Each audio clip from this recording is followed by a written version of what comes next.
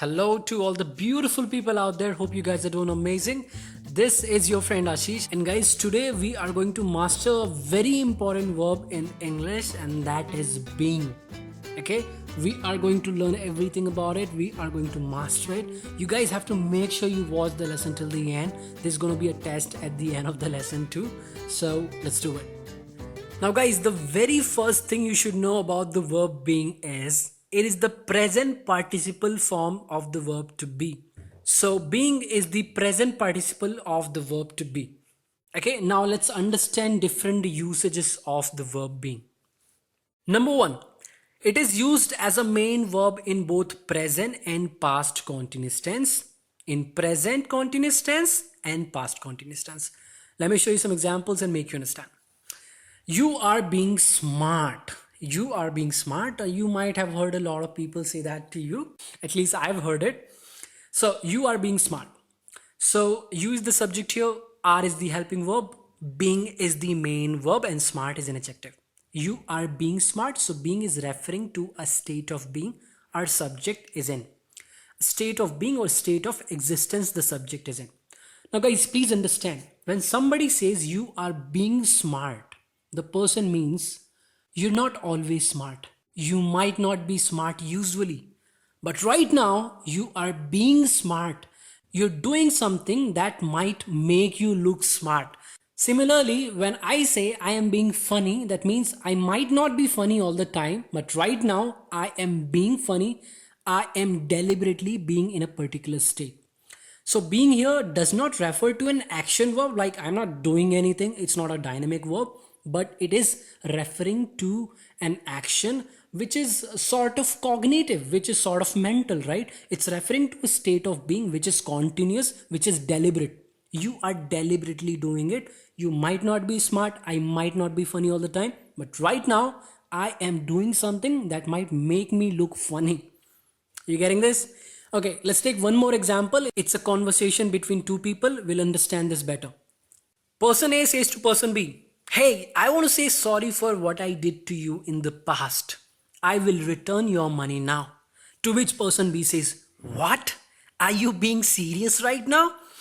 To which person A says, "Yeah, buddy, I am being serious and honest right now."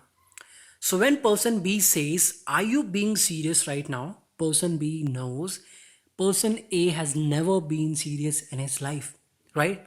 And now he is being serious. He's deliberately doing something that's making him look serious. So he's being in a particular state, right?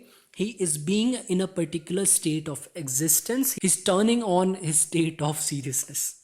All right? I am being serious and honest. He's not serious all the time. He's not honest all the time. Right now, he's being serious and honest. So that's how we use being as a main verb in a sentence in both past continuous tense and present continuous tense. I can also say I was being serious, I was being honest, I was being smart. All right, we can change the tense as well, but only in present and past continuous tense. Now guys, a very important point here. Do not use feelings or emotions after the verb being. We do not do that. So we don't say I am being happy or he's being sad or emotional, right? Now, why is that so? Why do we not use a feeling or an emotion after the verb being? Guys, you don't choose to feel in a particular way. It automatically happens. A feeling or emotion automatically comes. You don't deliberately get into a particular state of a feeling. You don't do that. You can't say, "Hey, everybody is crying, everybody is feeling emotional. I too have to be emotional. So, ting, now you're emotional." It doesn't happen like that, right? You don't deliberately get emotional. You don't deliberately feel something. Things happen and that make you feel something, that make you emotional, that make you happy, that make you sad. So you cannot turn on your state of happiness or sadness, right? I'm sorry, you can't do that. So do not use feelings or emotions after being. So that's usage number one. Usage number two. Being can also be used in present and past continuous tense as a helping verb, but in passive voice. As a helping verb in present and past continuous tense only in two tenses, and that too in passive voice. Let's understand this. Look at these two sentences. Our NGO is feeding the poor. The poor means the poor people. Okay.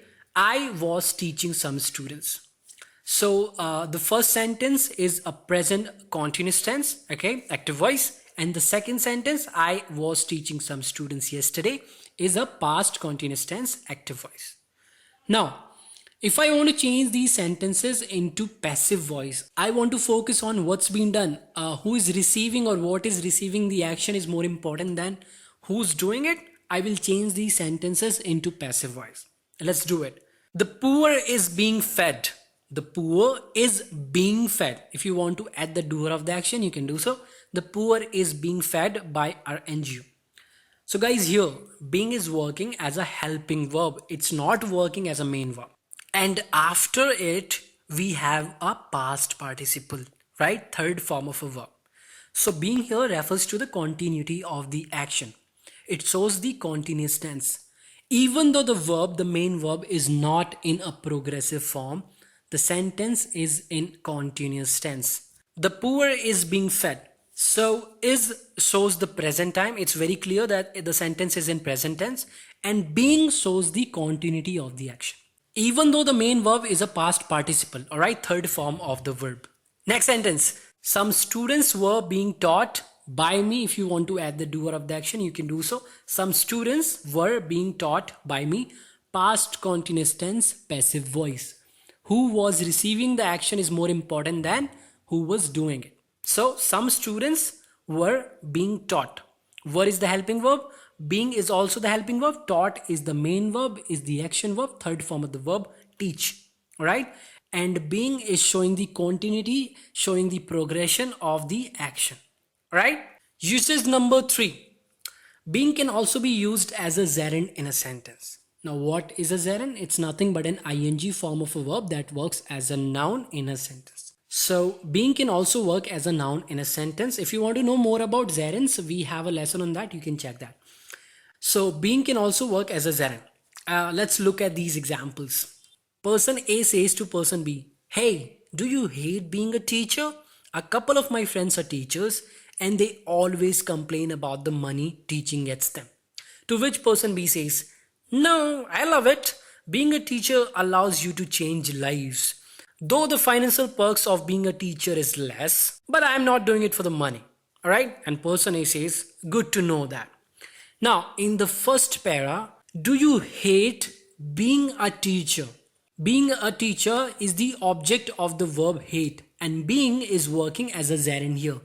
Do you hate what? Being a teacher.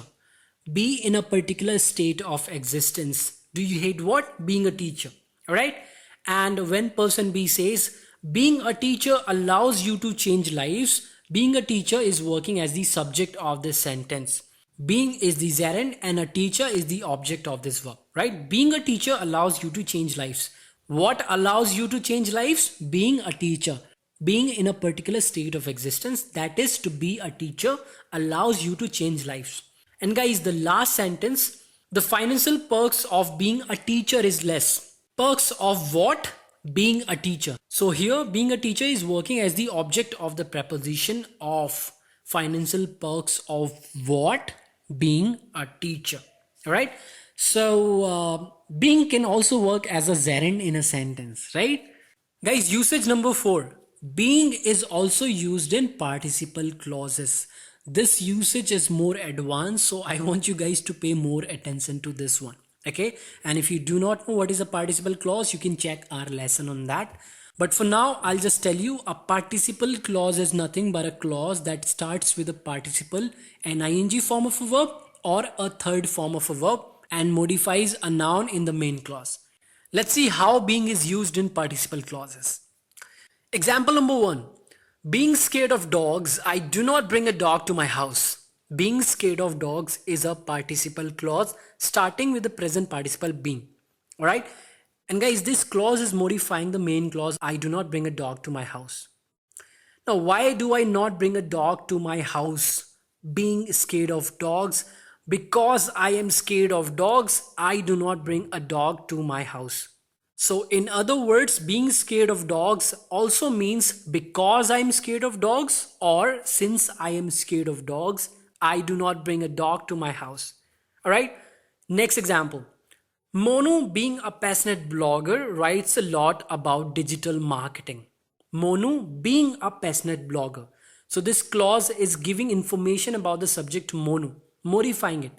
Monu, being a passionate blogger, being in this particular state of existence, which is a passionate blogger, he writes a lot about digital marketing. So being a passionate blogger is modifying the subject Monu, giving information about it. It basically means Monu, who is a passionate blogger, writes a lot about digital marketing.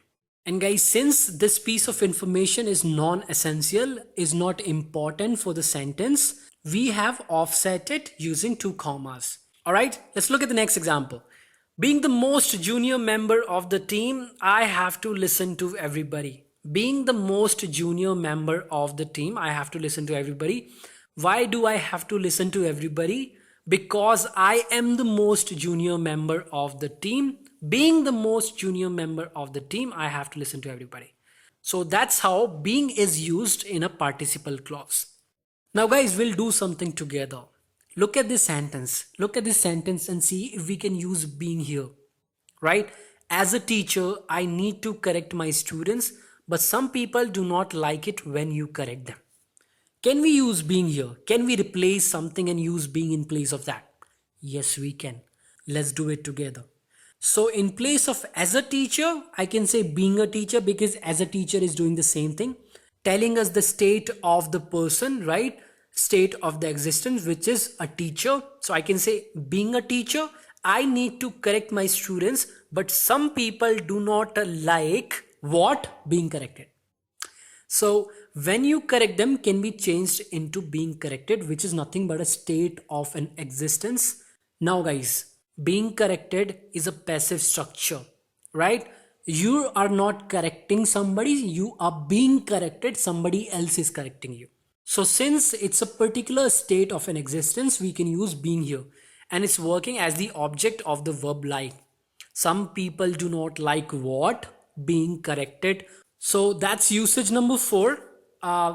Now guys, one more usage of being is it means existence or a life. So you can also use it as a word which means existence or a life. For example, every being deserves to live.